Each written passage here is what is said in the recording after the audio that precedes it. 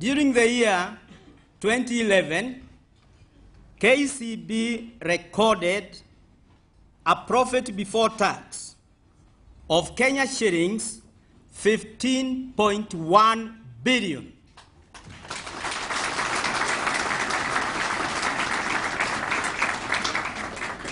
Reflecting a 54% growth in pre-tax profits reported over the same period in 2010.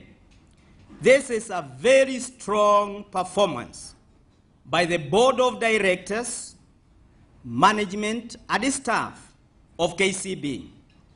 The impressive performance was underpinned by the bank's total operating income that grew to Kenya shillings 36.9 billion from Kenya shillings 29.6 billion, a 25% improvement. Our total operating expenses went up by 19% from Kenya shillings 18.7 billion to Kenya shillings 22.3 billion last year, due mainly to investment in information technology processes and a one-off reorganization costs amounting to Kenya shillings 1.6 billion. Strong investment in our regional businesses contributed to a significant turnaround in their performances, and I am happy to report to you that all our subsidiary businesses in Tanzania, South Sudan, Uganda, and Rwanda are now returning profits in line with our roadmap strategy. I think this is extremely important.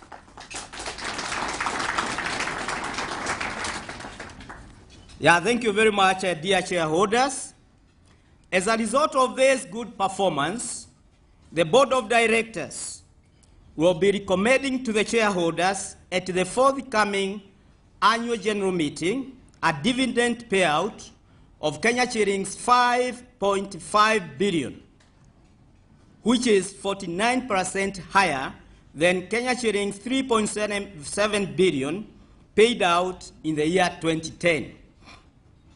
This translates into shillings 1.85 per ordinary share, and it is significantly above the Kenya shillings 1.25 per share paid last year.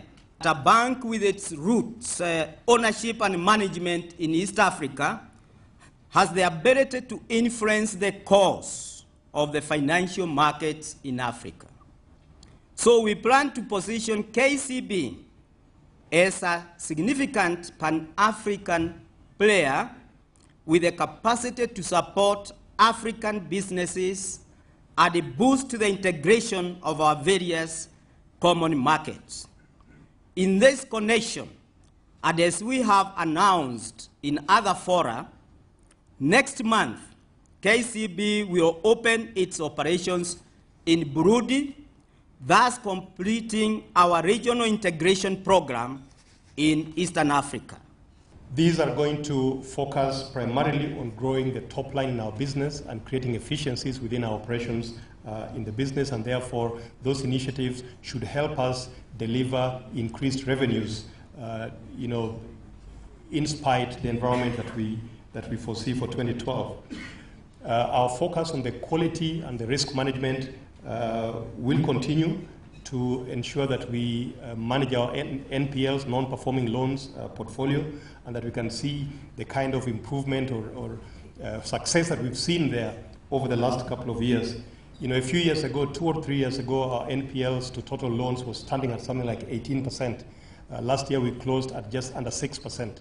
And therefore, there's a lot of efficiency that we've been able to create in managing that book. Obviously, our solid business plan will ensure robust performance across the group. We expect some very strong subsidiary contribution because, again, part of the reason for investing in those subsidiaries is to diversify our risks as well. And many of them are just about 3 years old now, and we are beginning to see the benefits of the investment that we've been putting in over the last couple of years, with their performance coming in very, very strongly.